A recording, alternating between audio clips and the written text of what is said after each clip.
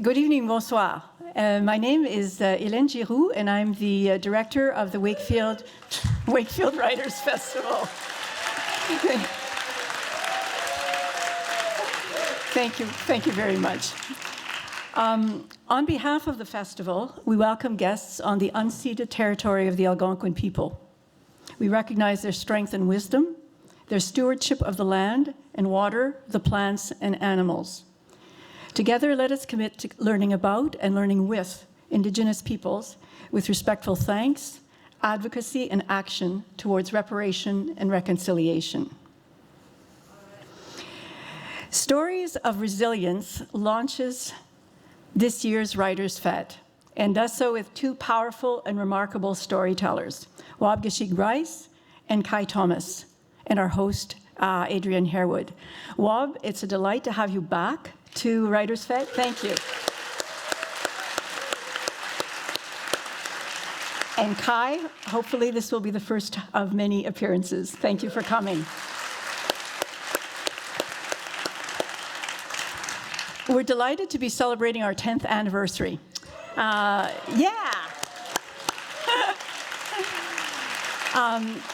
theme this year is Joy, the Power of Story.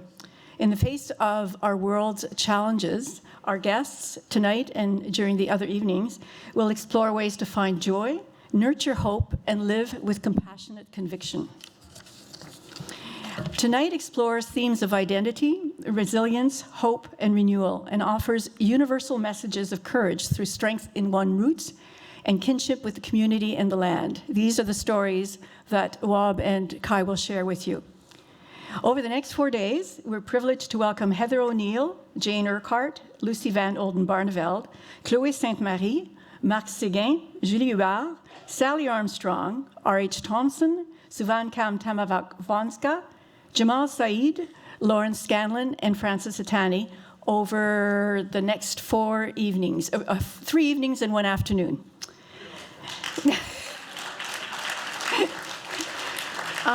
We wouldn't be able to offer our festival without the steadfast and generous support of our many funders and sponsors. The Canada Council for the Arts, Canadian Heritage, the English Language Arts Network, la MRC des Collines de l'Outaouais, Culture Outaouais, and since the very beginning, la Municipalité de La Pêche. As well, our thanks to those who've made this year's festival possible. Al Connors on live stream, Greg Brown on sound, John Schmidt, digital marketing, Elise Marlène, graphic design, Francesca Hines, photography, Pamela Scobie, our volunteer coordinator, all of our exceptional volunteers, Biblio Wakefield Library, Centre Wakefield La Pêche, Laura Burks and the Riser crew, and our bookseller Jim Sherman from Perfect Books, Ottawa. Thank you again for being with us, Jim. To Chris Corcoran and Peter Gillies, festival co-founders, it was such a joy to work with you both over 9 wonderful years. We brought the festival to light. Thank you. And to this year's festival co-organizers, Roberta Lloyd and Amy Carver, a heartfelt thank you. Without you, the festival 2024 wouldn't be possible. And please thank us in applauding our great musician out front, Rod Fotheringham. It's now my pleasure to introduce Adrian Harewood, our host for the evening. Adrian has graciously hosted many festivals over the past year, and we've made him an honorary Wakefielder. Adrian is Associate Professor of Journalism at Carleton University. He was former host, as you probably all know, of CBC Ottawa's All in a Day and anchor of CBC Ottawa News at 6. In 2020, Adrian won the Canadian Screen Award for Best Local Anchor. He's been guest host of national CBC programs such as The Current, As It Happens, and Counterspin. And Adrian created the Carleton Journalism School's first ever course focused on race, a graduate seminar called Journalism, Race, and Identity. He also created the first course in Canada devoted to the study of the history of Black Canadian journalism. He teaches the video journalism course and the fourth-year course, Journalism Now and Next. He's a member of the Canadian Association of Journalists, Canadian Association of Black Journalists, and the National Association of Black Journalists. He sits on the editorial board of the University of Ottawa Press and is a board member of Journalists for Human Rights. Adrian, it's a privilege and a pleasure to welcome you back to the festival. Thank you for being with us.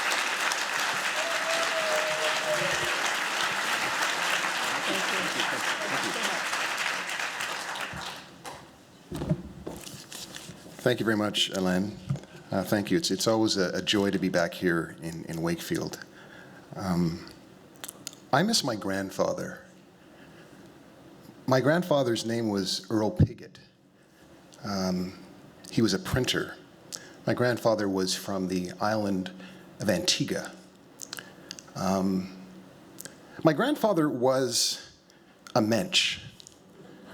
You look like a young crowd here, but anyone here remember the King of Kensington? Yeah. From the 1970s, Al Waxman? So my grandfather was that guy, right, in Antigua. If you walked with my grandfather down the street in Villa, which is part of St. John's in Antigua, everyone would say hello to my grandfather. And my grandfather would say, "How, man? How?" You'd always say that, how? How? My grandfather was also a great storyteller, and I was the beneficiary of his stories. Every summer, I would go down to Antigua and spend time with my grandparents. And for hours on end, I would sit in my grandfather's bedroom, and he would spin these yarns. He would tell me the story of his life. He talked about the fact that his father, like thousands of West Indian men, predominantly men, helped to build the Panama Canal, right? The biggest engineering project of the 20th century. He talked about the fact that in the 1960s, he and my grandmother moved to the United States to work because they had a lot of kids to feed. They had 10 children. And he told me that he was in Washington, D.C. in 1963, in August 1963, when Martin Luther King gave that seminal speech, "I Have a Dream" speech. He told me the story of how he almost made it to Canada in the 1920s, right? My grandfather was a bastard. That was the term that they used for people whose parents weren't married, right? It was an insult. He was called that. So his father had left. His mother ended up moving to Canada in the 1920s, and she started a new family. And my grandfather told me that on the very day that he was supposed to take a ship to Montreal, he got a cable, a telegram, and it said, "Your mother is dead." My great-grandmother had died in her bathtub. My grandfather's stories grounded me. And my grandfather lives through those stories today. You know, I carry those stories with me, and I always try to reference Earl Pigott, reference my grandparents. That's how I keep my grandfather alive. Those stories have given me a lot of strength. Like we're talking today about resilience. I've leaned on those stories over the years to remind me of who my people are. Right? My grandfather's stories always made me feel very proud, right? Like that there was a place where we came from, right? I know where I'm from. I know who my people are, right? Those stories were really important. As I get a little long in the tooth, and I'm 50, I can't believe it, I'm 54 this year. Yeah, 54 this year. I wonder if those stories were true. I wonder if maybe they were apocryphal, right? It seems like too much of a coincidence that my grandfather was in Washington, D.C. on the day that Martin Luther King gave that speech. How is it possible that on the very day that my grandfather was leaving Antigua, he got a telegram? Really? He got a telegram from his mother or not from the mother, but a telegram saying that his mother was dead, and he stayed in Antigua as a result. I don't know if it's true. Right? I wonder about the story now. I don't know. But the story is meaningful to me, and it's in me. It's part of me, and it's a story that I repeat, and I share it. Today we're going to be talking about the power of stories. Stories of resilience, and I think we have two really fine tellers of stories who are going to talk about what stories of resilience means to them. Tonight feels a bit like Old Home Week. You know, it feels like a family reunion. I've known these two authors for a long time. Let's just say that we have history. We don't have beef, but we might after tonight. Wab and I first met when he arrived in the CBC Ottawa newsroom to work as a reporter in 2010. At the time, we were both going through a bit of a transition. He was relocating to a new city, and I just moved from radio to TV. We became fast friends, and he generously took me along his own literary journey. He asked me to interview him about his book, Midnight Sweat Lodge, I think back in, 2011? I think it was 2012. And I was fortunate to see him emerge over the years as one of the most exciting and consequential, I'm going to say that again, consequential authors of his generation. I first heard about Kai Thomas from one of my closest friends, the writer David Austin, who was describing this brilliant young student at McGill who was grounded in community and was a bit of a Renaissance man. You know, he was describing I realized that we were basically family. I said, oh, that Kai Thomas. Because my family and Kai's family go back about 60 years. Right? My mother taught with Kai's grandmother, we called her Aunt Doreen, right, who taught at Algonquin College in the 1970s.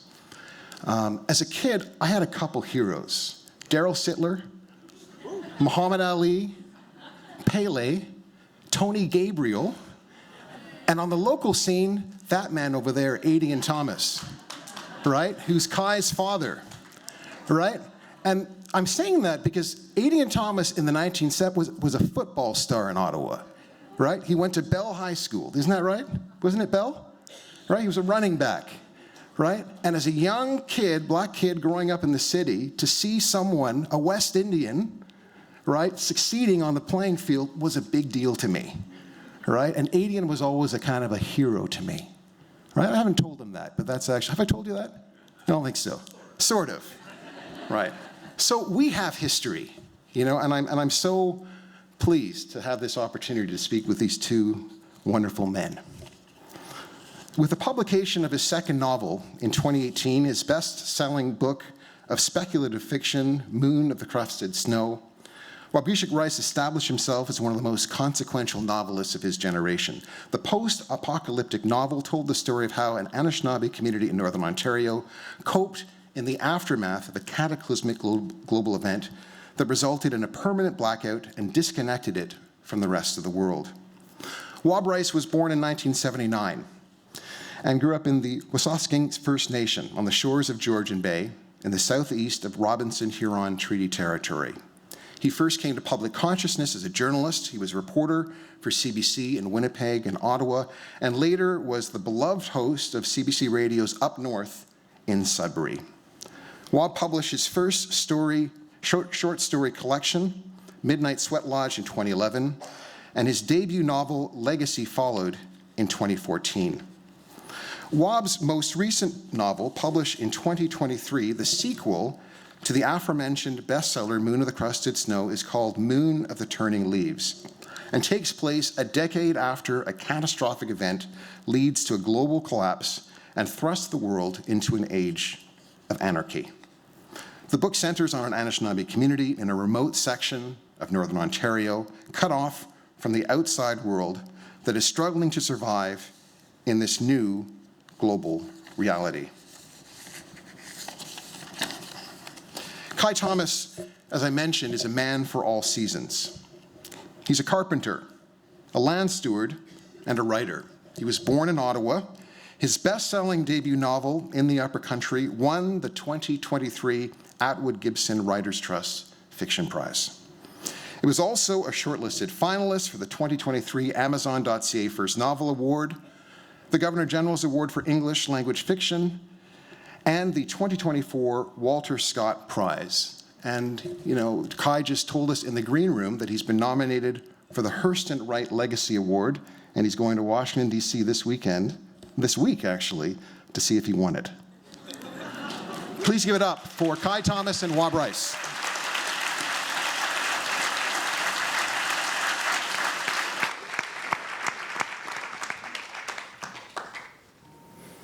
Thank you for enduring that soliloquy. Yeah, I appreciate it. Thanks for indulging me. But it's really a delight and an honor to be on the same stage with the two of you. You know that I have an enormous amount of respect and regard for both of you. So you are my two brothers, so this is good. The two of you also have history. And that's really an interesting thing about the nature of your, I guess, relationship, your connection. Can you talk a little bit about what's your origin story? How did the two of you come to know each other? Kai? So I was doing my MFA in creative writing at the University of Guelph.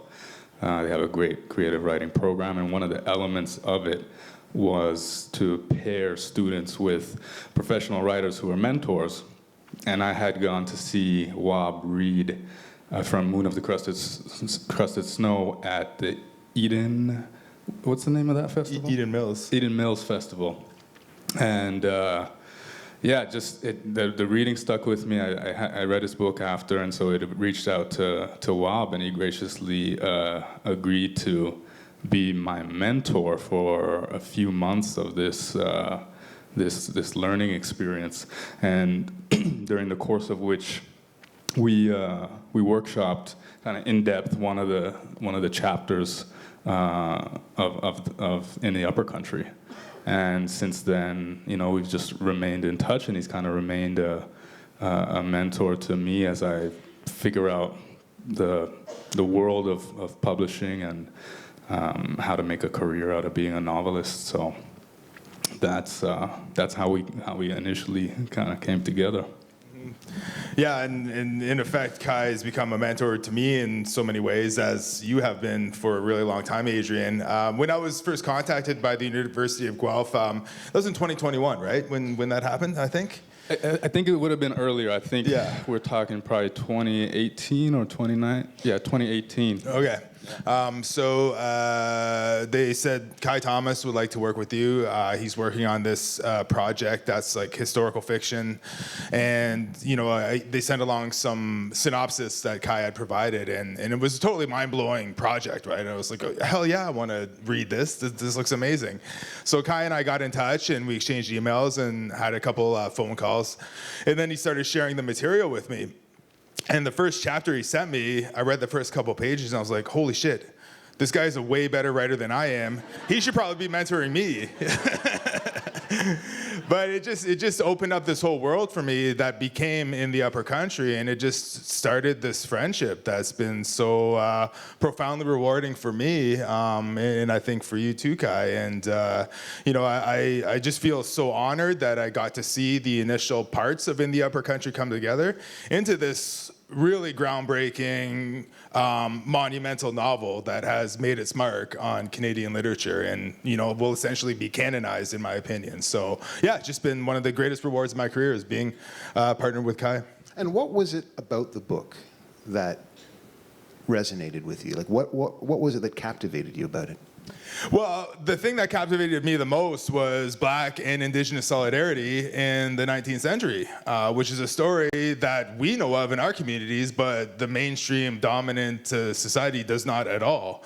And the dominant society also is largely unaware of Canada's history of slavery.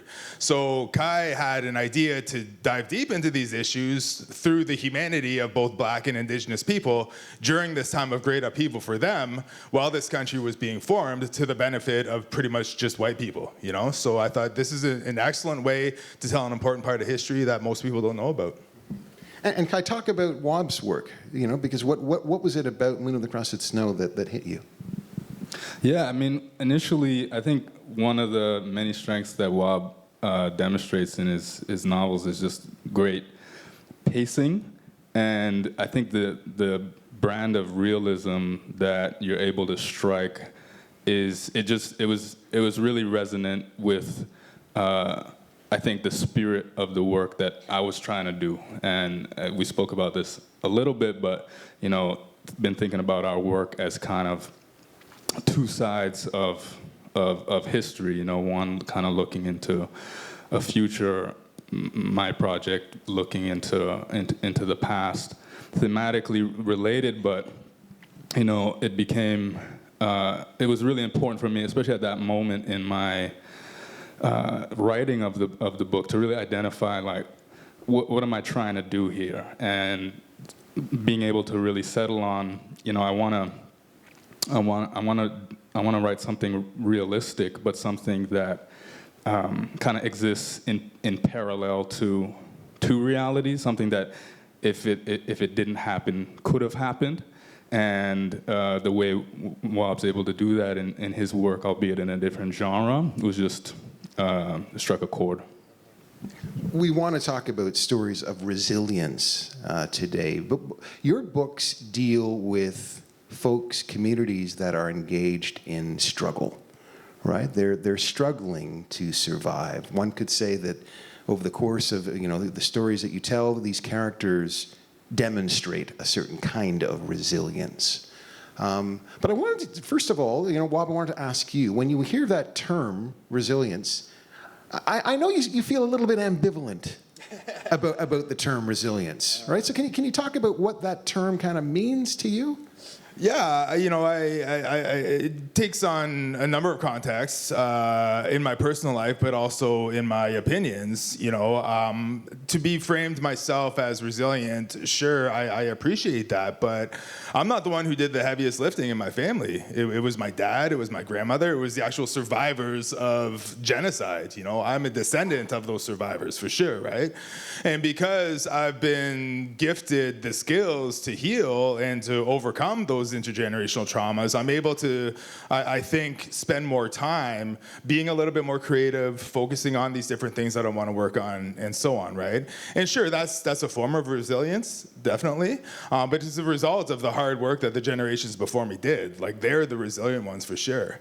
And then, when you have people outside of your community labeling you with that resilient sort of label, sure, that's I guess a compliment or a privilege too. But at the same time, I sometimes see that as a cop-out. It shifts the attention away from the actual perpetrators of the colonial harm, right? It's like, oh, look at you, you're doing so well, you're so strong, you're so resilient, but maybe you should look in the mirror and see why we have had to be resilient over the course of the last several generations, right? So as you said, it's a dodge. You see it as a dodge. Sometimes, yeah. Just like how reconciliation becomes a dodge for a lot of people. It's an easy way out into making, establishing this feel-good notion of what Canada is, which it actually isn't at all.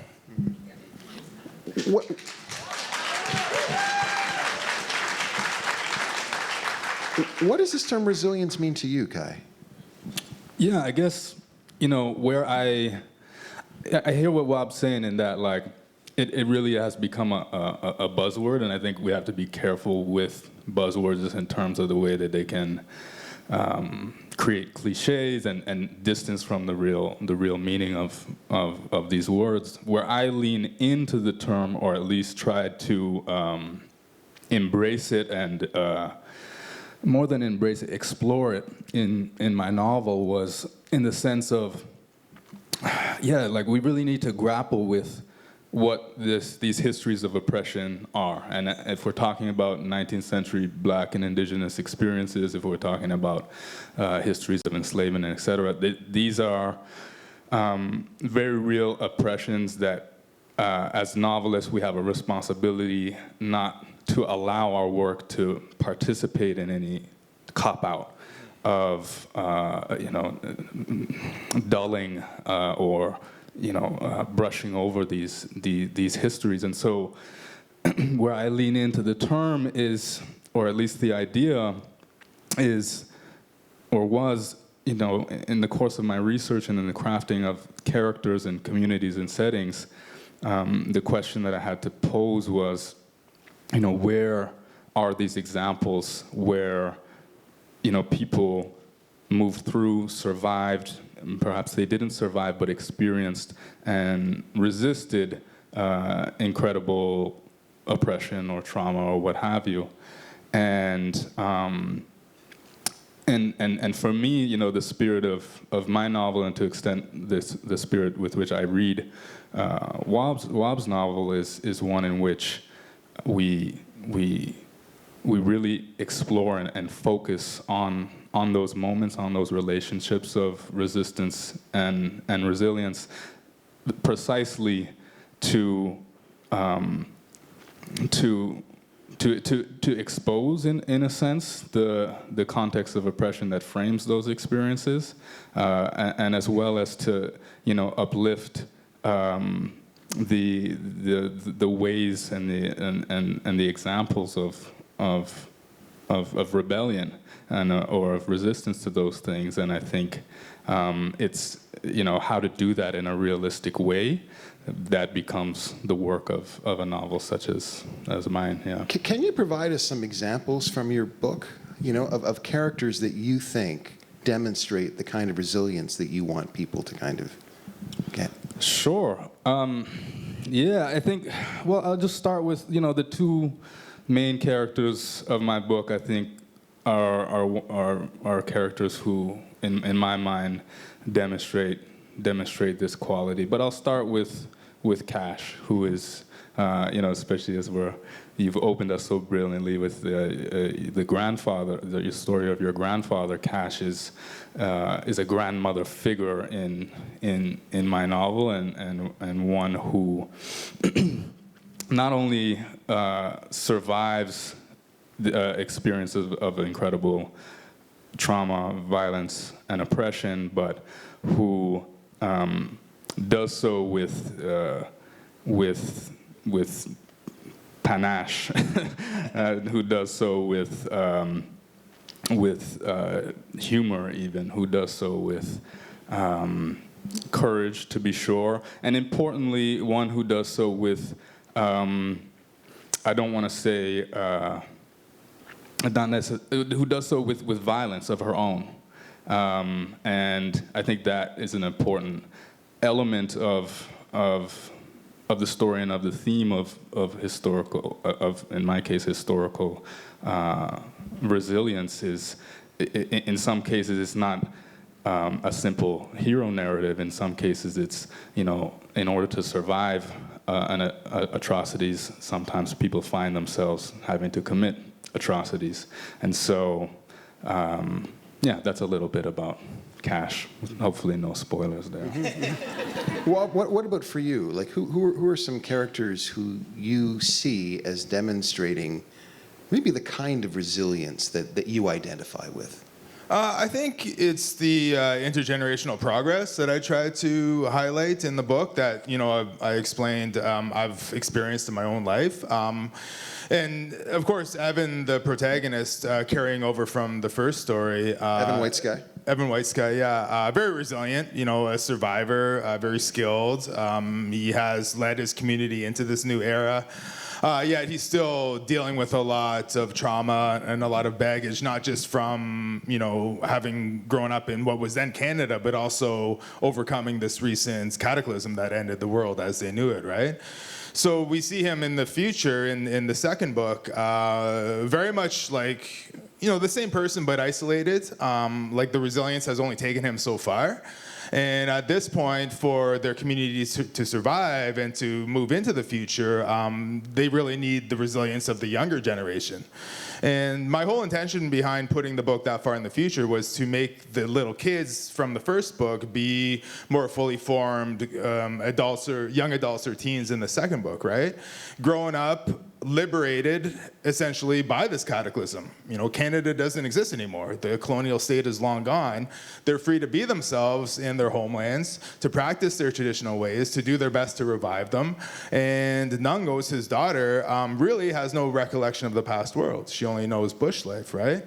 And those skills she has are a result of the resilience in her lineage that has empowered her to take up that cause and essentially lead them into their new future. So, like, that's obviously speculative entirely on my part, but I drew from a lot of inspiration from real people. You know, like Nungos is a 15-year-old girl as one of the co-main characters in this story, and to sort of imagine her, I didn't have to look far at all. You know, like I have nieces, I have young cousins who are girls who are going out and hunting, going out and tanning hides, harvesting birch bark to make canoes, harvesting medicines from the bush, and so on. And they're literally like creating the path into the future, you know, and that's hugely inspirational for me as someone in his mid-40s now, right? So yeah, I tried to touch on that, and yeah, again, it's just these real life examples, like you mentioned, Kai. Those of us who've been fortunate to grow up with some sort of sense of healing are able to focus on that more so than trying to deal with our traumas, right? So, yeah, so that's in essence like part of the spirit of the story for sure. You know, when you're writing these stories, do you imagine the stories doing particular kinds of work, right? Like what are the stories that you are crafting? What are they for? Kai? Yeah,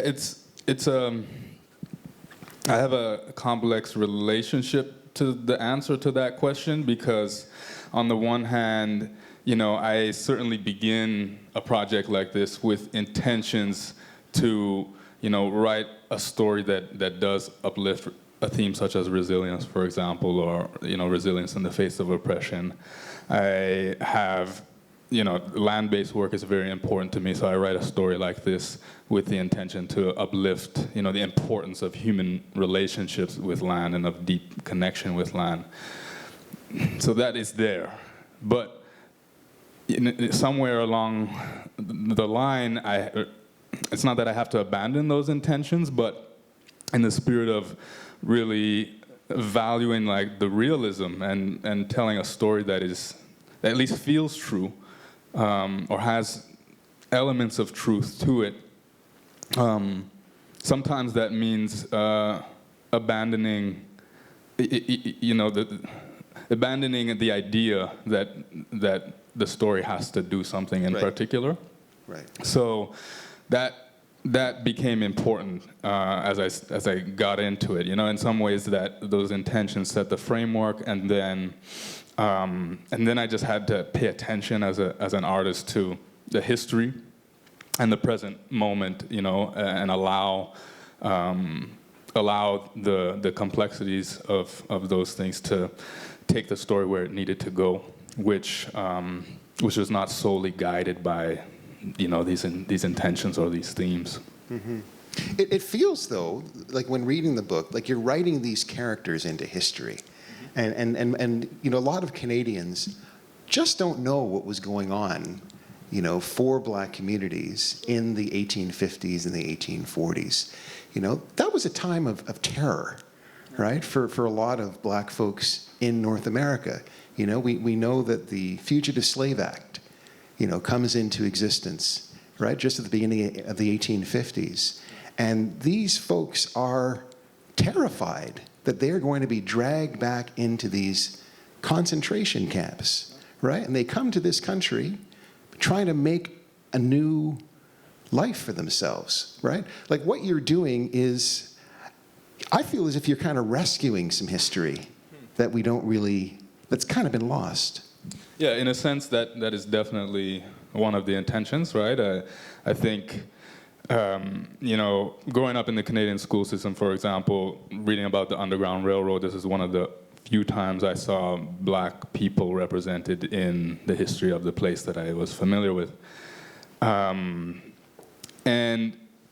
so in that sense, it was a history that I had some familiarity with, but You mentioned the Fugitive Slave Act, which is certainly a key component of the Underground Railroad, in particular the chapter that Canadians really like to, or that we have mythologized, not in the sense of made up, but in the sense of, we like to focus on this period where Canada was the promised land for people fleeing enslavement. And that was an important period for me to unpack and say, okay, what do I find if I do look at journalists from the time? What do I find if I look at these so-called runaway slave narratives from the time? And there's a lot there in some ways. And then, as Waub alluded to, a little bit earlier, there's a lot that's not there as well. And so, the work of the book in a way, and I guess this is another way to frame it, was to try and read between the lines of what is not being represented here in these texts, what's not being represented in runaway slave narrative. These things were transcribed for a specific political purpose. They needed to galvanize mostly white population to get on board with this mission of abolition, this mission of supporting this movement of the Underground Railroad. And so you can read it with that lens, and what's not represented in that moment, that being a moment of settler colonial push, is this history, among other things, of Black and Indigenous relationships. And again, as Waub alluded, I spoke to many people who carry the stories of the histories of Indigenous communities, for example, who told me the exact same thing. You're not going to find this historical relationship in the history books, but these are stories that we have passed down, and then to dig into those, what becomes uncovered is where were Black and Indigenous peoples intermingling? What type of alliances, what type of animosities did there exist? And from there, you open up, many forgotten chapters, such as the practice of enslavement in Canada, wherein most enslaved people in Quebec, for example, were in fact Indigenous. So how does that complicate, this history of the Underground Railroad in Canada? We get into, these communities that you have written about in your journalism that have been destroyed by racial violence in the era. And so the work was a project of uncovering all of that. Mm-hmm. Well, the question, to you, is there an intention to have these stories do some work? Do you see these stories as having work to do? Yeah, to some degree, but as Kai said, I totally agree that if you really overthink that at the crucial inception point of the story creation, you're going to lose the plot, so to speak, right? If you start thinking about all the different points you want to make or all the different themes you want to touch upon, you're going to create this web that you're just going to get stuck in, So I was in a very privileged position when I started writing Moon of the Turning Leaves, because I just quit my job at CBC, and writing this book became my full-time job, right? So I had, 7-8 hours a day to think about it when the kids were at school or daycare, right? And eventually, there are all these things I wanted to touch on. What was most exciting was speculating, right? Was imagining this future, of these liberated Anishinaabe because of this world-ending event. And the first story, I very much saw it as a very basic struggle between good and evil at the point of the world-ending event that eventually becomes this allegory for colonialism, right? And then with the second book, I saw it as a return home, this quest, for sure. And the more I thought about that expansive time and geography that the story needed to contain, there's only so much you can squeeze into 300 pages, So I basically abandoned overthinking it and just thought, I just want to write an Anishinaabe story. That's essentially what the story is. It's about Anishinaabe in the future who are going back home, informed and influenced by their traditions because of this liberation, and how people receive that is beyond my control. All I can do is my best, essentially. I have a question for Waub. if I may. Yeah, sure. Now he's doing my work. Because I'm curious because I believe I heard you talk about this at some point with regard to Moon of the Crusted Snow. But like my brain, the part of my brain that's interested in history is just so curious if there were older stories that you drew from in some capacity as you were setting out like the frame for this speculative fiction. And so I think I heard you talk about that in regards to Moon of the Crusted Snow, but I'm curious if that was part of your process in Moon of the Turning Leaves. Yeah, it was. For Moon of the Crusted Snow, it's about this isolated community that endures this blackout. The world ends, and they're cut off, and they can't really put the pieces back together. There were instances during the Spanish flu 100 or so years ago when a lot of indigenous communities, which were reserves by that point, basically barricaded the entry points into the communities, right, to protect themselves. And then in the pandemic, we actually saw that happen too. I couldn't go home to my community because I live in Sudbury, right, for a couple of months, which is an initiative I totally supported. So I drew upon real history like that in terms of protectionism. When you are squeezed into this little postage stamp of land, that's basically all you have left, and you have to really hang on to what you have. And with Moon of the Turning Leaves, for a lot of us indigenous nations and cultures, it's lost upon the mainstream regularly that we have long histories of migration. The Anishinaabe origin story is one of migration. We originated out east and only came westward, probably about 1,000 years ago or so, right? So that's embedded in our identity as a sense of migration, which has been lost as a result of colonialism, of displacement, and so on. So I wanted to recapture that spirit of migration in Moon of the Turning Leaves. Mm-hmm. Wab, can you read something from the book? Sure. Yeah. How long? How many pages? Couple minutes. Couple minutes? Okay. I'll just read the first few pages right off the hop. The prologue. The story begins in a ceremony, a birthing ceremony. As mentioned, this takes place 10 years after the end of the last book. So we see the same community in a new settlement. This is a slight spoiler if you haven't read the first book. I apologize. It's been out for 6 years now, so there's a statute of limitations there, right? So this particular prologue takes on sort of a different atmosphere than the rest of the story, but I hope that it sort of sets it up for you. I wanted to start this story with a birth for several reasons. When I was talking about Moon of the Crusted Snow after it first came out and was doing events like this, I talked about resilience, regeneration, restoration, revival, everything like that in terms of the community in the book, right? But when I sat down to think about what's in the book, it's a lot of death. A lot of people die in Moon of the Crusted Snow, and there's no birth. And to me, like, birth represents like repopulation, that actual regeneration. So to start the story, I wanted sort of this buffer of a birth between the first story and the second story. And there's lots of other reasons why I chose to have a birth, and we can talk about that later if we have time. But this is the first little bit of Moon of the Turning Leaves. A guttural howl tore through the lodge and breached the birch bark walls. The younger women caught their breath. The air inside the small domed structure grew thicker with each measured exhalation flowing from the young woman, sitting upright against a pile of blankets draped with soft rabbit fur, her protruding belly commanding the attention of the midwives, her cousins, and her aunts. The fire burning in the middle of the birthing lodge painted her young, crumpled face a flickering orange. Her partner, the only man inside, nervously swayed on the soles of his feet while his mother and grandmother watched under concerned brows. A large pot of water and cedar boughs boiled on the blackened grill in the center of the lodge, steam and embers and the medicinal aroma of the tincture floating up and through the hole in the bark ceiling above.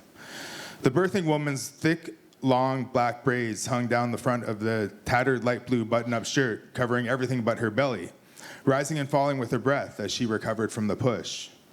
The young man knelt low beside her, rubbing her back and holding her hand while whispering assurances into her ear. Two midwives, an elder and a younger apprentice, knelt before her, watching for the black hair of the child's crown to emerge. The older woman squinted to peer through scratched glasses, while the other one softly commanded the delivering woman, her younger cousin, to prepare to push. She drew a long, energizing breath through her nostrils, and her cheeks ballooned as she exhaled through pursed lips. Her breathing quickened, tightening the space around the 10 people huddling closer to fulfill this birthing rite. The young man's mother stepped forward from her perch beside the fire to deliver him a hand drum. She only nodded at him to avoid betraying the anxiety that was peaking deep within her long into this night of labor. She delivered her son nearly 2 decades earlier in a loud, bright, white room in a city hospital hundreds of kilometers to the south. The moment replayed in her mind as they entered this birthing lodge to receive her grandchild, and she wondered if that hospital still stood. The expectant father stood, taller than all the women gathered, and struck the drum 4 times. His voice cracked as he attempted the opening notes of the welcoming song, and he cleared his throat loudly to sync his melody with the beat. The shadow of his head bobbed against the tied boughs and birch bark that made up the interior wall of the birthing lodge, built high enough for the young man to stand comfortably. The skeletal saplings that ran up each wall were buried deep into the ground and woven together tightly to stand year-round. The beating rhythm of the drum invoked a count of the babies born in this ceremonial space in the decades since they tied it together. 8 in total, but only 5 who survived beyond birth and infancy. The younger midwife spoke softly to the expectant mother, low enough for only them and the elder midwife to hear. The young woman tightened her lips, her nostrils flaring with each heavy breath. 2 of her cousins brought 2 plastic tubs of water closer. The elder midwife grabbed a pinch of cedar from a wooden bowl near the fire pit and threw it onto the flames. The tiny green leaves popped and crackled, pumping a sharp evergreen aroma into the air. The young woman pressed her chin to her chest to push again. Sweat rolled from her creased brow and down her ruddy cheeks. She cried out in another burst of pain, and her partner sped up his drumming, outpacing the tempo of his own voice. His mother and grandmother bounced to the beat in front of the fire, while the shadows on the wooden walls around them danced. Miigwech, thank you.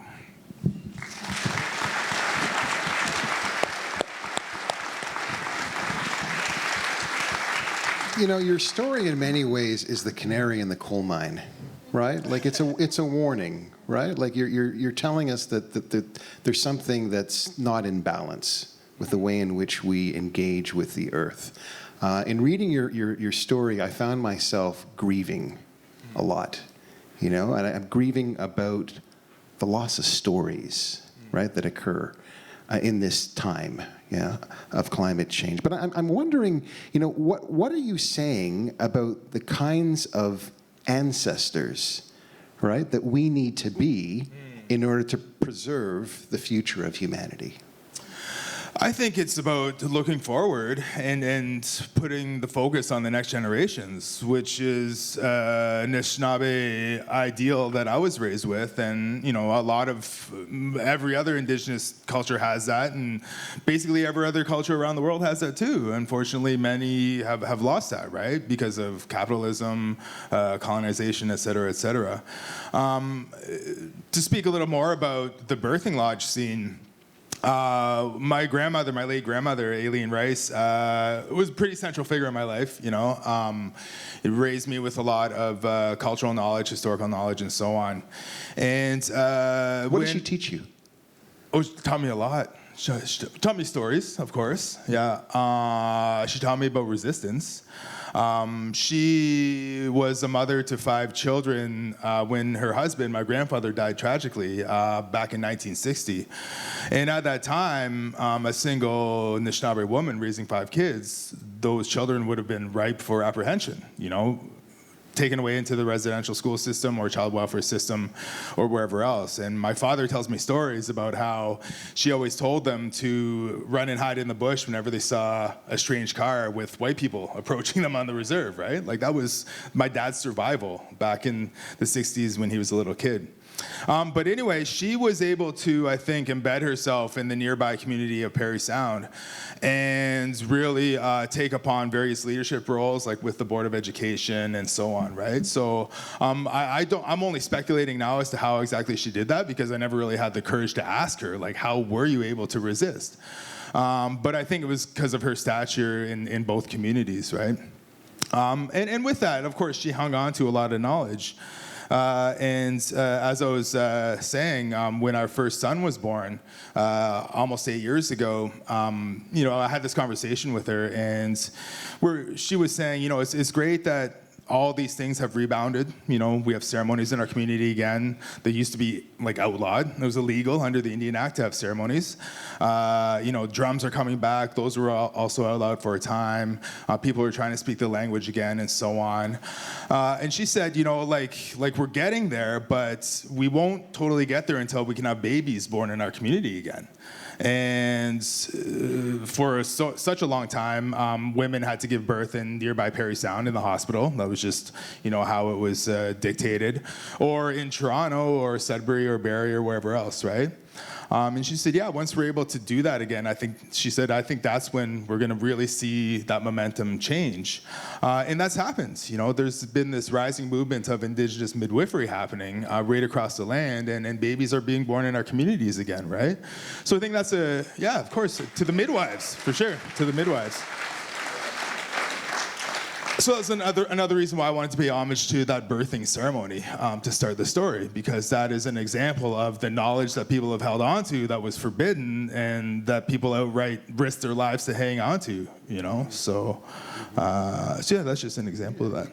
As an aside, language is so key as well. Like, you're going back to school.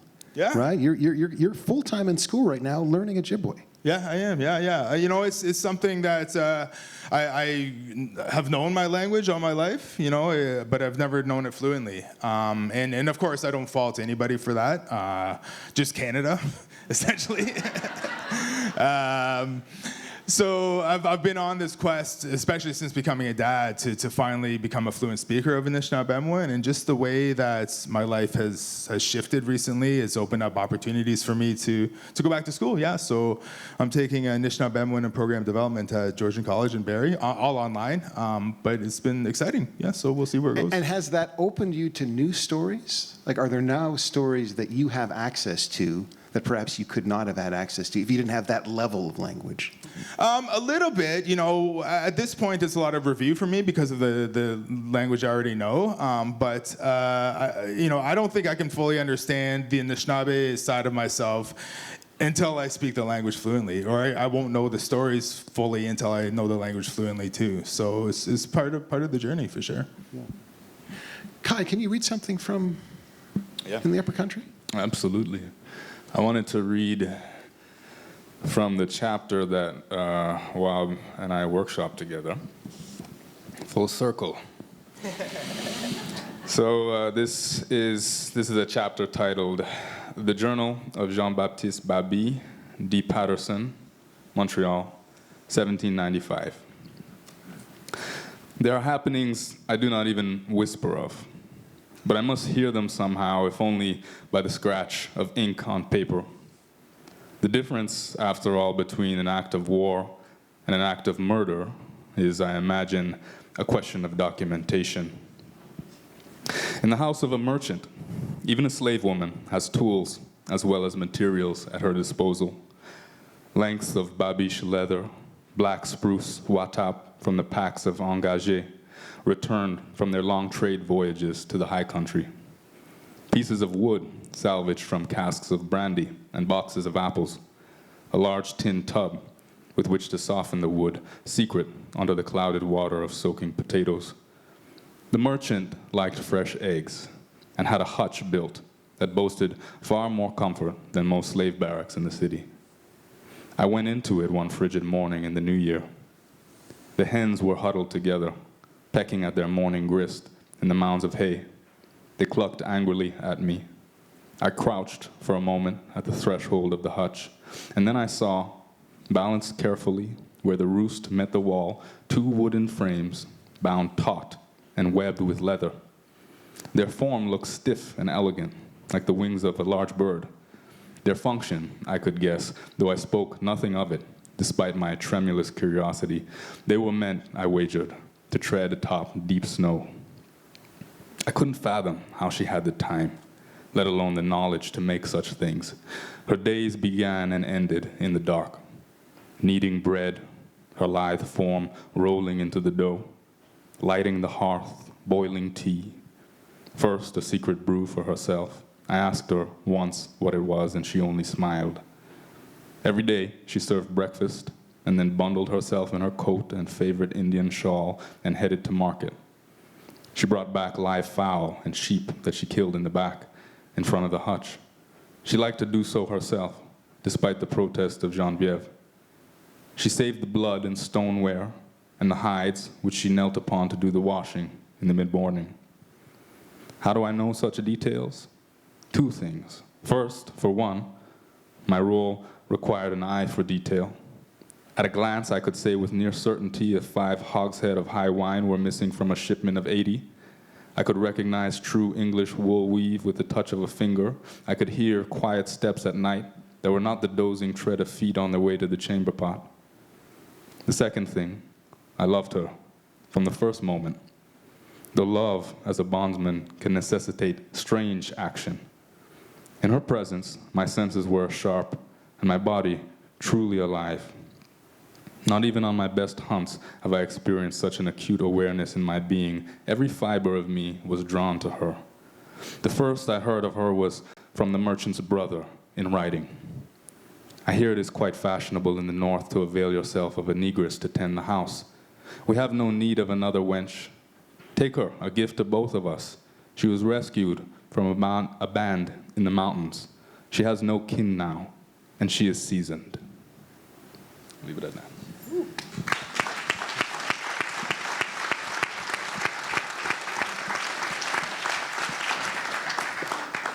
You know, I'm not sure if you see yourself as being a writer of historical fiction. You're a novelist. I'm not sure if you see yourself in that way. But do you think kind of writing about the past can help us deal with the present and maybe even consider the future? I mean, I'd like to think so. I think, I came to this work as somebody who loves and appreciates historical fiction for that reason. I think of it as, a way into history in a way that, can be digested in parallel to other ways into history, whether that's, oral histories or history books or what have you. And absolutely, I'm a believer that in order to make sound decisions about the future, it's important to understand our past, and hence my question to you, Wab, because I was curious about how that worked in your work. But absolutely, that's how it works for me, and hence my my passion for creating something that I hope does some of that work. You alluded to this earlier, but your book deals with the relationship between indigenous peoples and black peoples. And you're basically saying that the relationship is complicated. And there's not just a single story, right? That there are many stories. Can you kind of elaborate on that? Yeah. So there's so many ways to go, but for example, one of the texts that I referenced in writing Lincinda's character in particular, and in thinking about the role of black journalists in 1850s, and so jumping ahead from the chapter that we just dipped into a little bit, one of the historical figures who inspired some of the characters is Marianne Shadd Carey, a pioneering black female journalist of the era. Provincial Freeman, I teach you that in my history class, 1853. There you go. That's right. I have to audit that class one time. So one of Shadd's work, as you're probably familiar with, is Notes on Canada West, in which she makes a case for what she calls the colonization of Canada West, which is what we would refer to as Southern Ontario. That was the region. And so reading that, it's kind of jarring, because I'm looking, and it's a kind of an inconvenient history. It's a history that doesn't align with the types of politics that I hold or have experienced on the surface. And it makes you uncomfortable because of the erasure of the indigenous because reality. of the erasure and because of the desire that I read within the text to be a part of the settler colonial project, the desire to be kind of a junior partner in that. And I think, as uncomfortable as it was, these are the types of historical tensions that I think are just so important to look into and to understand, because the reality is, in the present moment, there's plenty of examples of oppressed peoples who are put in positions of animosity, positions of competition. There are plenty of examples of projects that co-opt oppressed peoples as partners in order to achieve their goals. And there is Abused people can become abusers. Absolutely. Right. Oppressed Absolutely. peoples can become oppressors. Absolutely. This is how it works, right? And so, so that's an example of I guess the complex relationships that I'm trying to shed to light. In the first chapter of the book, for example, there's this scene where a man who's revealed to be a slave hunter comes to this Underground Railroad town and is accompanied by a scout who is an indigenous man. This was another, phenomenon. This is something that happened, and one can understand why, in the sense of, slave hunters using skills of indigenous people in order to track people fleeing enslavement. So I tried not to shy away from those antagonisms as much as I tried not to shy away from the examples of historical alliance and political alliance and solidarity in relationships between Black and Indigenous people. So, those are a couple examples, but that's what comes to mind when you bring up that question. I get the sense you're thinking about something, Wab, because you were nodding your head as Kai was speaking about the relationship between Indigenous peoples and Black peoples. Well, I just thought back to a lot of the material he sent me a few years ago when he was developing it that didn't make it into the book because there's just such a wealth there. There's that history of Waubgeshig that you shared with me, Sault Ste. Marie, and how... Can you tell us about it? He could tell you about it a little bit, but what I saw there was like that solidarity and that knowledge exchange, right? Because that was key to the survival of both groups at the time. Was survival tips, obviously, but also sharing human stories and making those partnerships and creating community, right? It was something that I had known of and considered, but not really seen like tangible examples of until Kai shared some of his research with me. So it was like really affirming and really empowering to see all that. Mm-hmm, mm-hmm. But just before we take a break, I want to ask you about your relationship with these characters in your book, Wab. How would you describe them? Are these your friends? Are these your brothers and sisters? Are they your children? Like, who are these characters to you? What's their relationship to you? Well, they feel very much like relations, absolutely. No character is directly based on anybody in real life. You can't do that when you're from a community of only 400 people. It's very risky. You can't even use the same names as real people, because people are going to read into that. And I have some cousins who will come up and they'll be like, bro, this is me, right? Like, this character's me, So no, for that reason, like, no one is based directly on real people, but hugely inspired by people in my community, and I think characters like Evan, as I mentioned with Nungos, she's an amalgam of a lot of real people, people that inspire me, people that I aspire to become too. And when I think about them, because they've lived with me for more than 10 years now, they are very much a part of me, and I have a very strong emotional connection to them for sure. And as a result, making choices as a writer can be very difficult. Without spoiling too much, there are people who perish, people you have to write out of the story. And that's painful. Painful, yeah. There's a scene in about halfway through this one. I planned it all out. I knew it was going to happen, but when I actually wrote it, I had to take a week off. It just devastated me. Yeah, it was heavy. Yeah. And you had to take a week off because it was just you couldn't deal with the fact that you were losing this relationship? Like when I actually wrote it, the practice of putting the words on the page and then seeing them, it was just too much. Yeah. But that's because, I see so much familiarity in these characters. And I know so much about, especially the older generations, the trauma that they still carry of having lost several people along the way, So, in some ways, it's maybe therapeutic for me to confront that in my actual writing, that is healing in some ways, but it does make it any easier at the same time, But yeah, they do feel very much like family members, and so that's why I can't totally abandon them, So maybe I'll revisit them someday. You never know. Kai, what about yourself? Like, how would you describe your relationship with these characters? Are you somewhat detached, or is it an intimate relationship that you have with them? Definitely intimate, in the sense that, the entire novel here is written almost entirely in the first person. So there's a degree to which, there's a deep intimacy there in terms of putting a character's voice from their own, putting their own voice down on paper.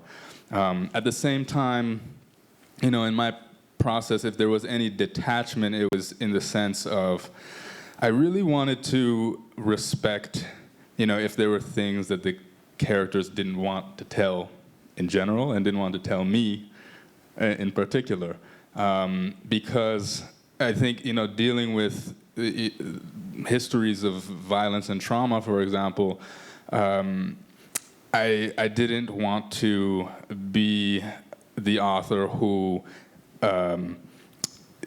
unveils even a fictional character's trauma almost without their consent, in a way.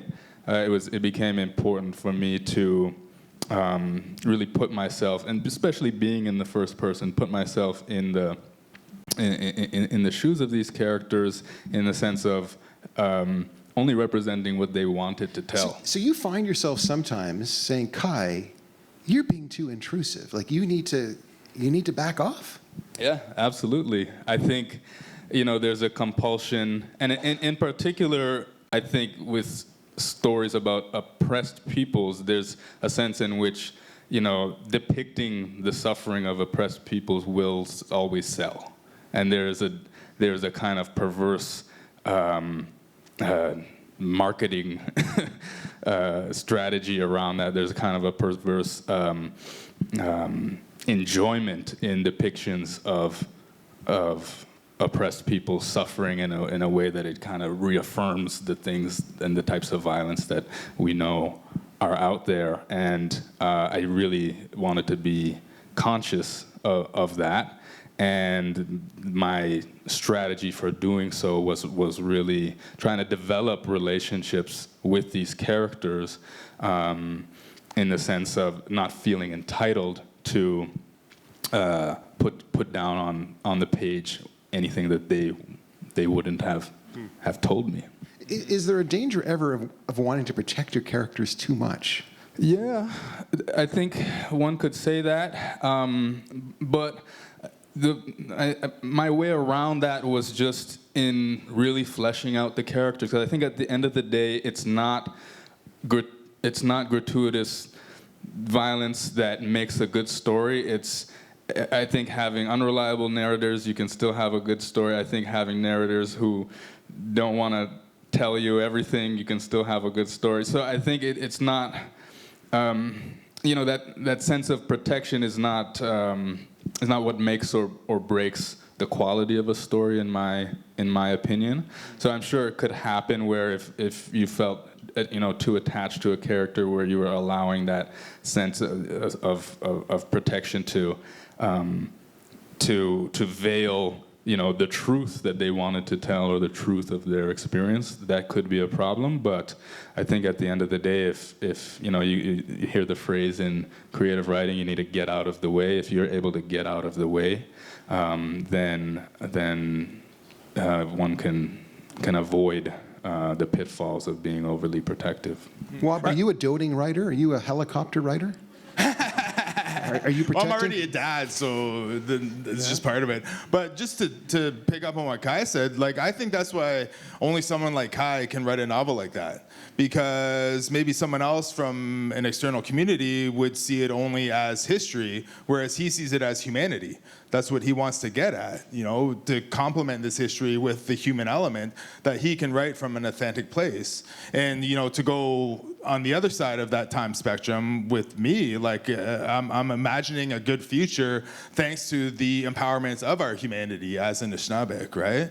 And I think in that sense, I'm able to take on a different tone and sort of vibe with my characters in that it's more hopeful and it's more imaginative of where we can go. Whereas like the dystopian or post-apocalyptic books in the so-called canon are only about, the eventual demise of us all because everything's just going bad. Whereas things have already gone totally bad for us and we've come out the other side, right? So there's a different way of looking at both history and the future when you're coming from an authentic place like that. I think that's a good vibe to end the first half. Yeah?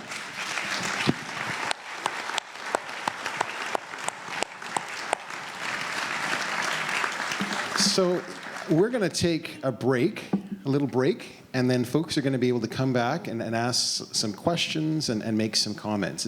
Is it okay for me to end the first half here? Yeah, is that okay? So how much time do we have? We're going to have about, 20 minutes? Yeah, about 20 minutes. So right now it's 20 after. So if you can come back at 8:40. I feel like I'm talking to my class. If you can come back at 8:40. Okay? All right. Please give it up to Wab Rice, Kai Thomas. Adrian Harewood.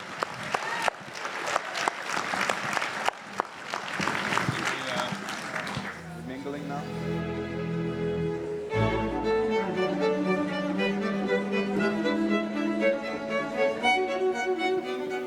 Okay. Welcome back. How was your break? Yeah, it was okay? Can I shamelessly promote something right now? Carleton is having a political journalism conference that's happening in the middle of November. People like Tanya Talaga, Candace Collison, Duncan McHugh will be there. Desmond Cole will be there. Shannon Proudfoot from the Globe and Mail will be there. So we'd love to see you. 15th to the 17th. And speaking of journalism, we can't not talk about Palestine and Israel, right? We can't not talk about the death that we are seeing. 17,000 children dead. We know that over 1,000 Israelis killed October 7th. Since October 7th, 2023, some 42,000 Palestinians dead. We see the horror show that is going on in Lebanon right now, where all kinds of civilians are being killed. I'm wondering, as writers, what you see your responsibility as being in this particular moment. Do you have a responsibility? Should you be intervening? What do you see as being your particular role? And again, I should also state, we know that there are other atrocities going on. We can't forget about Sudan, right? Where 10, 12 million people are displaced in that country, right? We know the slaughter that's taken place there. We know that there is also conflict in Ukraine, right? But again, we can talk about the Middle East. What do you see as being your particular responsibility at this moment, if any? What? Well, in the moment, like writing words and speaking from this side seems futile, 100%, when I'm seeing images of refugees burned alive in tents from bombardment. And I guess my responsibility with somewhat of a platform, as someone who speaks on oppression, writes on oppression, talks about surviving genocide, is to draw those parallels and to offer solidarity where I can. And obviously to make financial contributions where I can too. So, I mean, it's like a drop in the bucket and it doesn't seem much at all, but, you know, I guess to sort of step up to my responsibilities has been, you know, donating to the Palestinian Children's Relief Fund, to Médecins Sans Frontières, and so on, right? But it does seem overwhelming, and I don't know, it seems hopeless at times too, and I'm often at a loss as to where it's going and what I can actually do about it from here, other than trying to speak up when I can, right? But I appreciate you raising that tonight, and I think we have microphones, and we should absolutely touch on that. So thank you for that, Adrian. Kai? Ceasefire now. Ceasefire now. I think, you know, absolutely. I'm not accustomed to having a voice in this way, but in any way that I can contribute to that chorus of calling, of demanding. I'm figuring out what is my role as a writer, because I do think it's important in my experience to distinguish between, you know, writing and organizing, writing and taking direct action, writing and agitating, all of these things. I don't want to conflate or pretend I'm doing something other than putting a story down on paper. That said, you know, what is my responsibility? I think my responsibility is, to whatever extent possible, to bear witness, to allow that witnessing to transmute onto the page for whatever I'm working on next, and to not look away or allow myself to become deadened to the sense of hopelessness that Wab is alluding to here, and to continue to use whatever platform possible to agitate for peace. But it is a conundrum, because sometimes it's easier. Things are easier said than done. I'm not in a position where I'm any sort of expert, or I've done the requisite knowledge to speak in an educated fashion about this issue in particular. Yet I will always contribute to the call for ceasefire, because that is what we must do. 100%.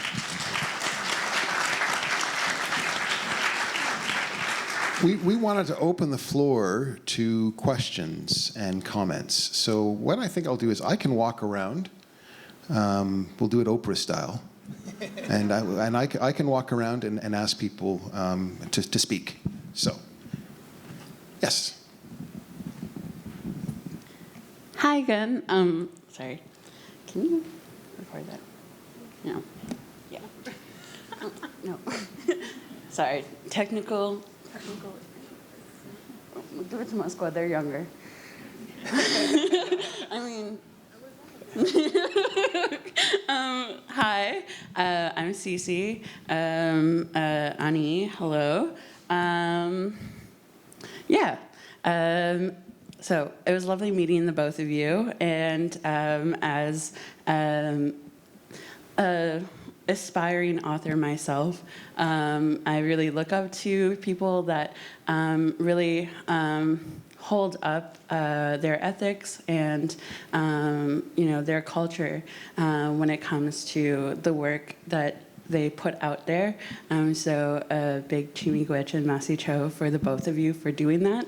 And my question is essentially, the publishing industry, or just navigating success in Canadian society is a very predominantly white space. Looking around the room, there's only like a handful of us, people of color here, even now. And I guess my question is a bit of a two-parter. Is one, what is one of the biggest barriers you've had to navigate as a man of color entering in that industry? And then two, what is something that revitalizes your joy? I know it can be really depleting trying to advocate for ourselves as people of color, especially when the benefiters don't really have that much education and knowledge. And I really try to. I'm learning. Taking this quote from my friend is to not attribute malice to ignorance. And that's something that I think really helps me along my path within the Indigenous advocacy scene or in politics when I am on those platforms. But I guess what is some tips and tricks for you guys throughout your career you could share?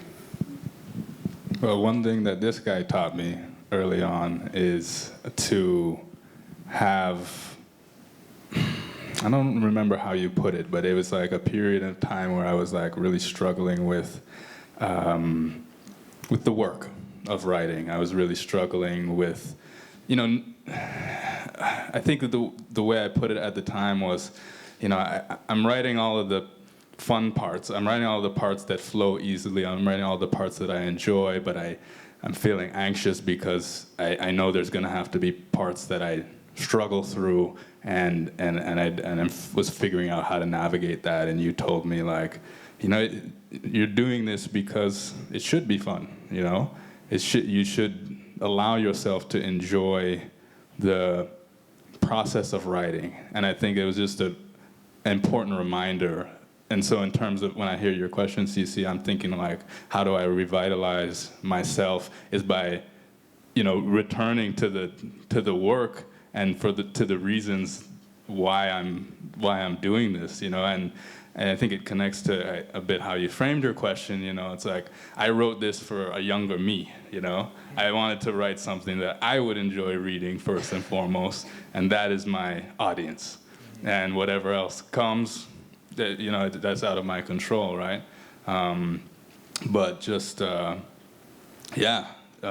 return to the thing that sparks your spirit, That those would be my tips and tricks, I guess. And I think finding a community really can help with that spark too, and can really catalyze that joy. And it's really hard to find that initially, especially if you're a writer, because it's such a solitary practice. You're by yourself most of the time. Thankfully now, we have social media and we can reach out to people, and that has been a huge benefit to me, especially when I was starting out. But being able to just send somebody a message, to lean on them, to ask them for advice. And I think back to all the trailblazing people who widened the circle for me. People like Lee Miracle, Richard Waubgeshig, who had heard that I was an aspiring writer and reached out to me directly to let them know that they would be there for me going forward. And those two people especially, literally had to kick down doors to get their stories published, in the 70s, 80s, and 90s, and so on, But that spirit of community and reciprocity, I think, is embedded, especially in our communities of color in the writing industry. And also, due to some very ardent allies who, make sure that there's space for us too. We can't discount them at all. I think back to my time at CBC with Adrian, and I won't put him on the spot and make him tell stories, but he had my back so often. You know, I was the only Indigenous person in that newsroom for several years, struggling at times through what became the Truth and Reconciliation era. And I think there was solidarity there naturally because of the communities that we come from and because of the truths that we're trying to reveal to viewers, right? To get back to the first part of what you're saying, the barriers, like, yeah, those are there, unfortunately. They're getting shorter and shorter, though, thanks to all the people doing all the great work. I think back to how I started out was through Indigenous publishers. I don't think I would have had any eyeballs on my work if it wasn't for Indigenous publishers early on. So Thetis Books published my first 2 books, Midnight Sweat Lodge and Legacy, and I had Jordan Wheeler, who was my first editor, who's Cree, based in Winnipeg. So that was hugely important for me in terms of learning about the industry, how it works, what my place as an Indigenous person was in it at that time, you know, almost 15 years ago. And I think that helped ease me into, I guess, going a little more mainstream in some ways. It's funny, though, like when I was taking Moon Over the Crested Snow around, thankfully ECW Press took it. They're like the second or third publisher I went to. But one of the first publishers who I sent it to, who shall remain nameless for now anyway, they sent me a rejection letter, and it basically said, oh, thanks for submitting, but we're already publishing 1 book by an Indigenous author this year. So those are the things like people have been up against for a long time, and thankfully it won't be like that anymore. You know, yeah. If you look at the bestseller lists, there's always Indigenous authors on there. Look at the short list for the major prizes. There's always Indigenous authors on there. So it's people being empowered to share their stories for sure, but it's also the appetite of the people in this room, you know, and Canadians in general who are accessing our stories through literature, which is a wonderful thing. So, but what I will say too is, like, don't be afraid to reach out to me. To any, you know, if you post this somewhere, just let everybody know they can reach out to me anytime.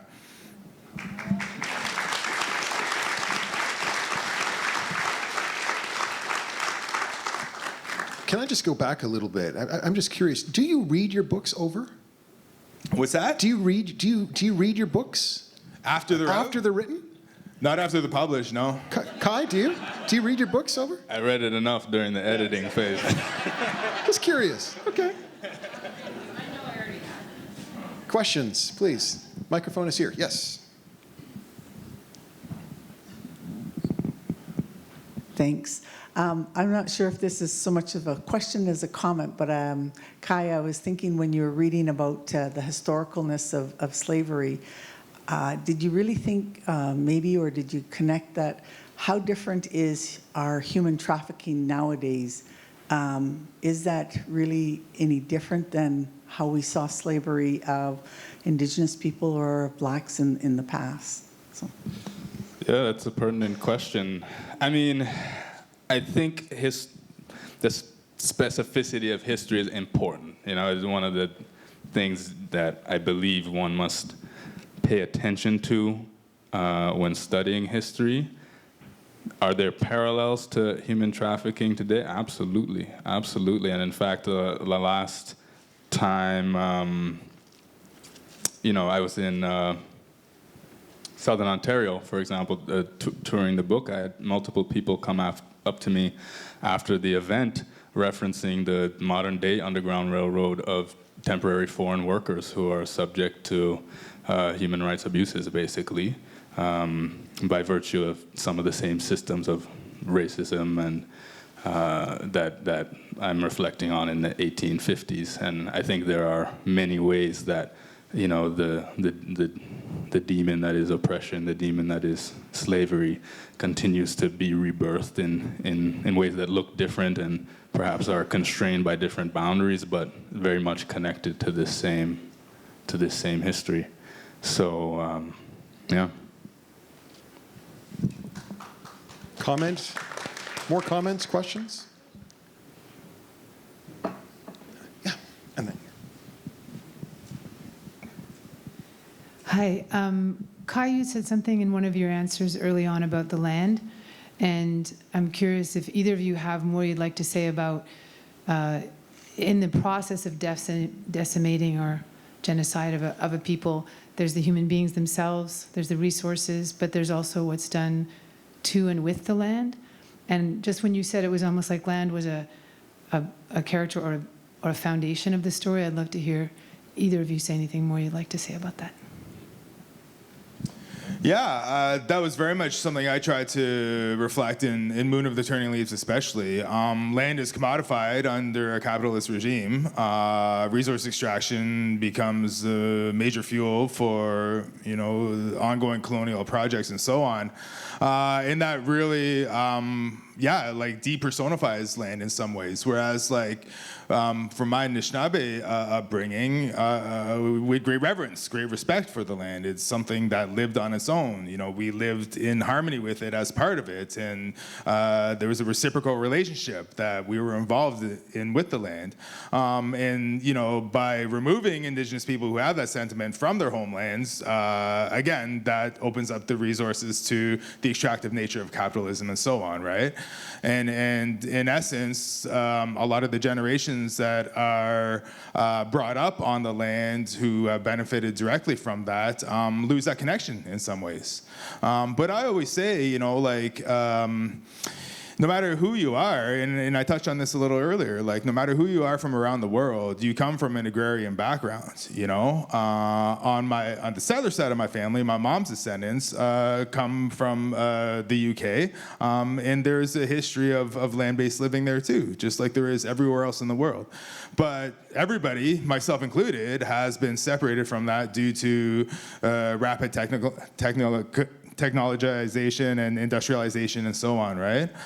So the key messaging behind the first book especially was trying to find that bond again with the land in terms of survival and creating good community with other people on it for a better future, right? And then in the second book, the land is not just a setting, it's a force that influences the characters and the plot, and is something that they have to reckon with throughout, not as a challenge, but as that reciprocal relationship at the same time, So yeah, that's how I see it in many ways. Yeah, that is certainly felt in your writing, Wab. I think about it in terms of trying to. So during the course of the research for my novel, I was coming across. I mentioned, these so-called runaway slave narratives, wherein being somebody who works closely with land myself, it just kept on coming up. The way in which, we all know that land was the site of the crime in many respects, whether we're referring to the project of colonization, the project of enslavement, capitalism, etc. What I found to be underrepresented and what I want to really bring light to is how, I would read these narratives of people who just had this intimate and sacred connection with the lands around them, and it became a vessel for their empowerment in really interesting ways. I remember reading about, a narrative of somebody who was saying he avoided being whipped by his so-called master because he knew the land so well that any time he suspected something like that would happen, he would just go for months, and there's nothing that could be done. You don't hear stuff like that. You don't see stuff like that depicted in a lot of depictions of enslavement, and I think it's just such an important piece of the puzzle if we're thinking about resilience, if we're thinking about empowerment and where that happens. Not to say that was necessarily a common experience for people who lived through that, but the amount of times it came up, dreams of land, the intimate knowledge one must have to escape a system such as enslavement in order to secure their freedom. It was just, this site of such special power and mystery and awe that in that way it became a character in and of itself in the book, an ally in and of itself, but more than that, a source. So, yeah. Why do you say so-called runaway slave narrative, Kai? I say that it just to trouble the terminology. I don't like to I don't like to refer to people as slaves as though that defined their whole experience. And I think a big part of the novel is in trying to see the more full human experience that included power, that included resilience, and all of these things. And for that reason, I know that they're typically referred to as runaway slave narratives, and I don't necessarily have a new term or word, so I just put the so-called in front of there to trouble the waters a little bit. So they're not slaves; they are the enslaved. I would use that terminology, yeah, and even go further to say, there's terms that we can use such as maroon, right? And maroon is being somebody who self-emancipates. So these maroon narratives, we can call them that too. And we know there were maroon communities in places like Jamaica, in places like Suriname. True. True, yeah, communities that And really and then in the define- United States, right? And in the United States, and I think part of the project of my novel was to contend that in Canada too, and we haven't categorized them as such, but in part due to just lower numbers of people of enslaved people here, comparable to the Caribbean, for example, but the lower numbers doesn't really mean much to a novelist. Human experience is a human experience. So the fact that we had people self-emancipating themselves here is what I'm trying to get at, I guess. Yeah. There's someone over here. I think you. Yeah. Thank you. Hi there, I'm Melinda. Firstly, I just want to say thank you so much for being here and sharing your work with us, and also, these deeply personal insights and stories. It's very special to be here and bear witness to everything, so thank you so much. So on that note, I actually wanted to ask a bit of a lighter question around your own personal writing practices and processes. So when you're in the thick of a writing project, what does a day in your life look like? It's a good question. Well, it starts with absolute chaos because I have 3 kids. But that's the fun part. That gets, I guess, the wheels turning and wakes me up. And then we take them, I usually take them to school and daycare for the day. And then I have to contend with that really eerie silence of an empty house, which is a strange adjustment for maybe 15 minutes or so. But yeah, I think from there, I have the privilege of a whole day of writing. I think maybe the more interesting, experience was when I was working at CBC and trying to be a novelist during that time. I would get up earlier before I had to go in to work, and 1 to 2 hours earlier, and that's when I would do my writing or my developmental work or my research or whatever else, because I couldn't do it in the evening. Working a full day at CBC, putting a TV story together, just totally drained the creative tank, right?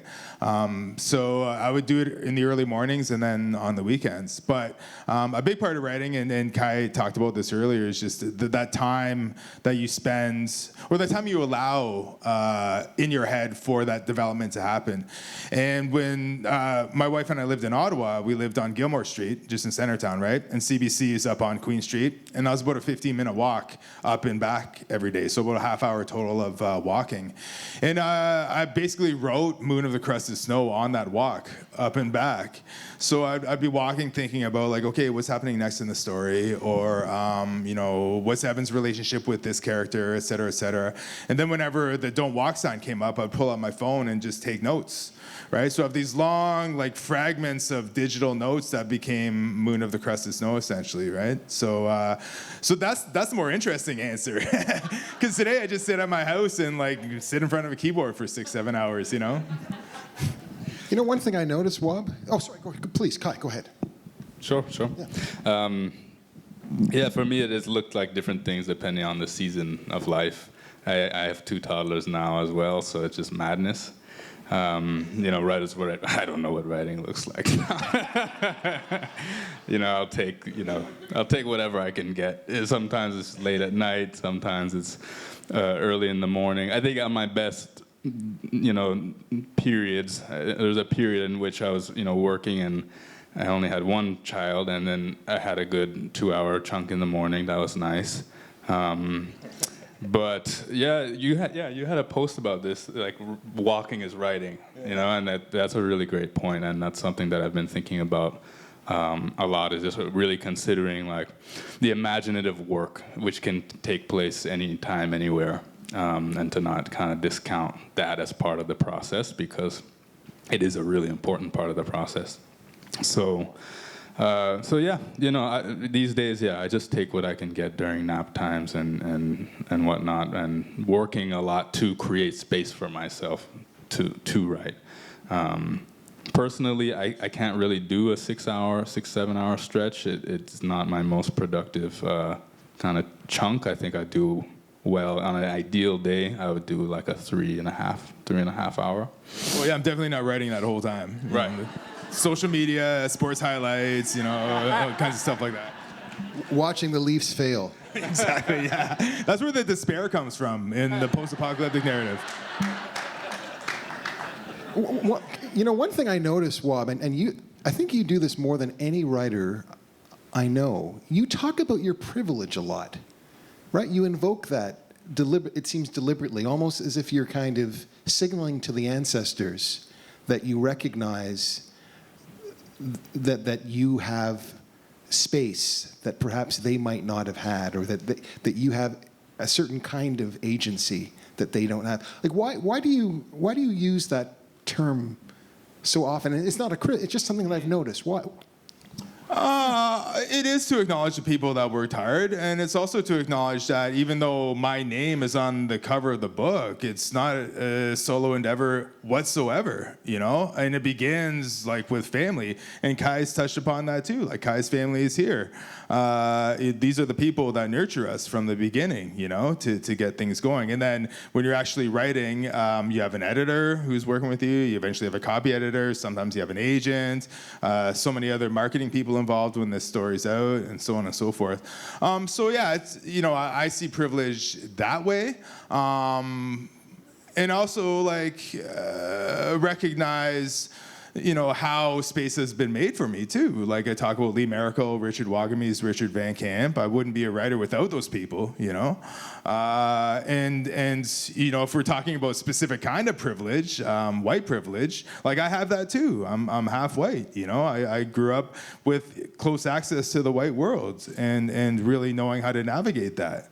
And some of my peers and other cousins from the res didn't necessarily have that exposure, and maybe had a tougher time going out into the dominant world too, But also, I don't want to see that as privilege either when I frame my white family that way, because they were just being regular, empathetic human beings, and you would, from today's context, you could call that progressive. But I think that's really debases that to a simple label. Like, it's just what the foundation of humanity should be, is accepting, bicultural family makeups and so on, So I feel privileged that was part of my upbringing too. But again, that should be the norm, in my opinion. Yeah.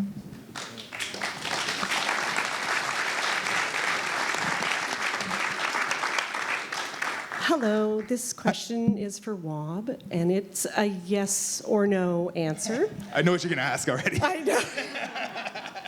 Okay. Yes or no?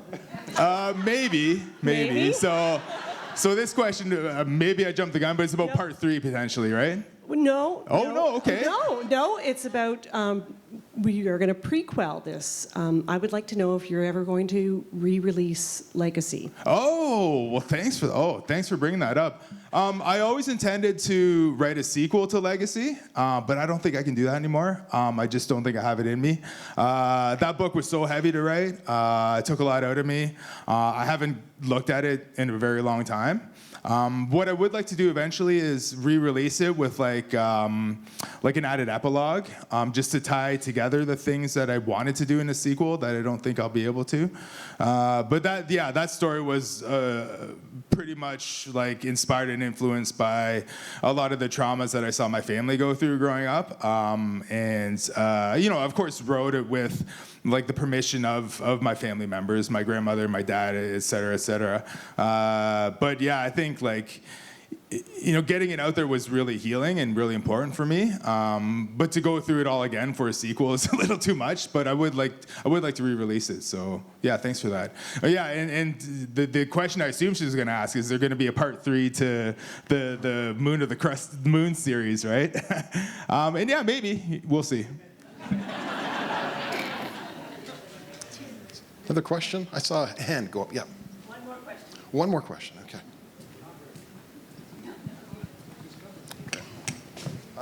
Okay, come this way. Yeah. Oh, okay, good. Hi, my name is Kathleen. Thank you so much again for being here. This was a really wonderful evening. I hope this is an okay last question. I'm sort of wondering, not wanting to assume you read a lot, but hoping you do, what are some books that are on your nightstand right now? It's good not to assume, because most of what I read is like the Gruffalo. A classic. Night after night, just the same thing. What's on my nightstand right now is Dion Brand's latest book, for those of you who haven't are not aware. It's called Salvage, Reading from the Wreck. It's a collection of essays. I think she's coming to Ottawa Writers Festival. But yeah, she's phenomenal. She was one of my professors during the course of my MFA. It's a collection of essays kind of unpacking this legacy of English literature from her perspective. She's brilliant, and is always just kind of mind-expanding to read her. And yeah, highly recommended. Yeah. What? I'm currently reading Greenwood by Michael Christie, just because he's a great guy, and I've heard so many great things about that story, and I'm loving it so far. And yeah, I'm always going to be drawn to anything dystopian now. I'm in that world, I guess, for the rest of my life, and I like to see how other people treat it and sort of adapt it and advance it and so on. I always like to give a shout out to recent works by Indigenous authors I've read. Prairie Edge by Connor Kerr, shortlisted for the Writers' Trust Prize. And Then She Fell by Alicia Elliott, which is just a powerful novel too. And Billy Ray Belcourt's Coexistence. One of the more recent works that made me cry for sure, just for its humanity and its genuine capture of res life. That's what I love to see in literature is real res stories, and that's one of them. And he just does it so beautifully, like nobody else can. I had promised someone in the back earlier, so if that's okay, you had a question, Mr. Manji. My name's Feroz Manji. Actually, Adrian, you very kindly asked the first question about Palestine and the parallels there. So if I can take advantage, as you did in advertising your course, your conference. There's a group of us in this community here in Wakefield who, since January the 4th this year, come rain, come snow, come sunshine, whenever, we, every Friday, for 1 hour, we meet on the main street in Wakefield, opposite the Yibu restaurant, to commemorate, to remember those who have been killed in the genocide in Palestine. And 2 weeks ago, we spent a 48-hour event during which we read out, well, members of the community here in Wakefield took turns reading out the names of 27,643 people who had been killed, their names and their ages. We saw people fall into tears when they had to read pages and pages of newborn children's names, whose names were longer than their lives. But we will continue every Friday. And so I just want to invite all of you here, please, that on Friday from 5 to 6, every Friday, we'll be there, and we would love to have you there and to continue reading some of the names which we still haven't completed. Thank you. Thank you. Thank you. Can I just touch on that quickly? Thank you for doing that. I think that's the essential work that needs to happen. If the media is not devoting enough time to the story, if our governments aren't stepping up where they need to, at the grassroots is where the community needs to hear about these things, because I am a result of efforts like that, of people keeping stories going, speaking names, making sure they were never forgotten, because our existences weren't recognized by the state whatsoever. So I'm here today thanks to efforts like that.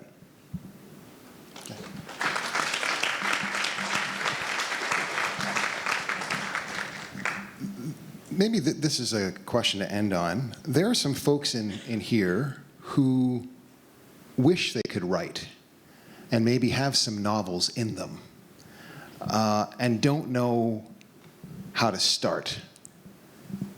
Any advice? Another teacher, Michael Winter, a great novelist, advised all of his students to carry a little notebook that could fit in your pocket. Your phone can do, but it's nice to write on paper. And to just start like a journaling practice that's not so much journaling in the traditional sense, but just writing what you notice around you.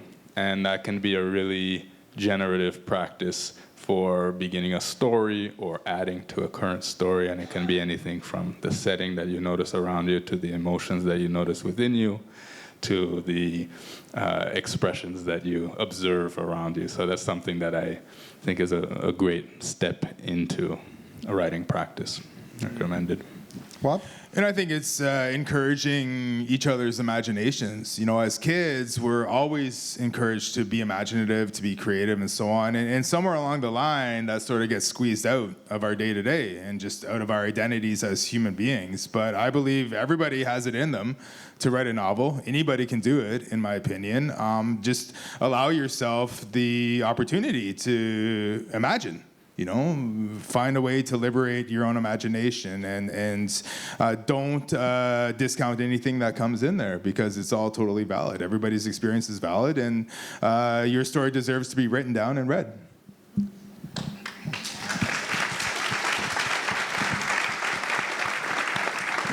And when Waub says that you can reach out to him, he means it. He really does, right? Like, he's real.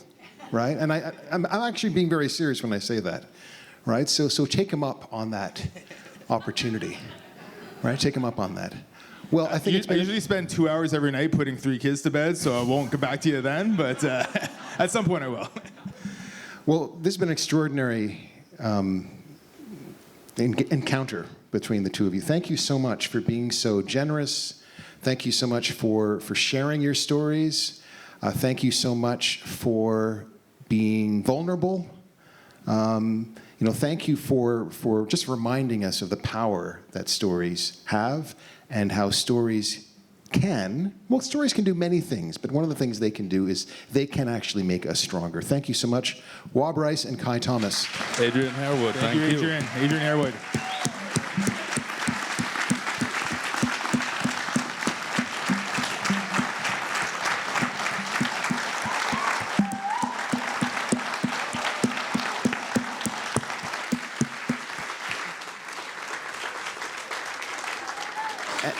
And this is just the first night. This is just the first night of the Wakefield Writers Festival. There's much, much more to come. A really fine host is coming tomorrow. My former partner, Lucy Van Olden Barneveld. Right, so do come out and see. Jane Urquhart is going to be here tomorrow, and Heather O'Neill, a fantastic novelist. So please do continue to support the festival. And to you, Adrian, thank you very much for your heart curiosity, your warmth, your insight as you talked with Wab and Kai. It's always such a joy to have you. Thank you. And now, if you've bought your books, there's still some books, and Wab and Kai can sign your books for some time. Thank you for coming, to all of you.